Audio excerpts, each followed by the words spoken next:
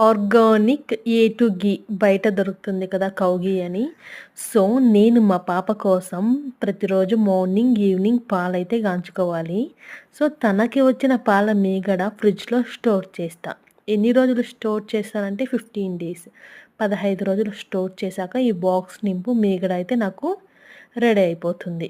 So, అది కూడా పాలని డిపెండ్ అయ్యే ఉంటుంది. కొంచెం నాటి ఆవు పాలు తీసుకుంటే మీగడ ఎక్కువొస్తుంది. జెర్సీ ఆవుదైతే చాలా తక్కువ లైట్‌గా వస్తుంది. తర్వాత ఈ మీగడని మిక్సీలో వేసుకొని కూల్ వాటర్‌తో గ్రైండ్ చేసుకుంటే మనకి వెన్న మొత్తం బటర్‌లాగా ఫార్మ్ అయ్యి సో, ఇలా బయటొచ్చేస్తుంది. ఇలా ఫార్మ్ అయిన బటర్‌ని నేను పక్కన కూల్ వాటర్ పెట్టుకున్నాను. ఆ కూల్ వాటర్‌లో రౌండ్‌గా ఉండలు చేసి సో, అక్కడ వాటర్‌లో వేసేస్తూ వచ్చాను. వాటర్‌లో వేసేయడం వల్ల ఈజీగా మనకి బటర్ అన్నది సెపరేట్ అయిపోతుంది.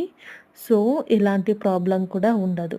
సో, ఇలా బటర్ అంతా ఫార్మ్ అయిపోయిన తర్వాత మనం గ్యాస్ పైన కుక్ చేసేసుకోవడమే. చాలా టేస్టీగా అంటే మంచి అరోమా వచ్చేంత వరకు కుక్ చేస్తే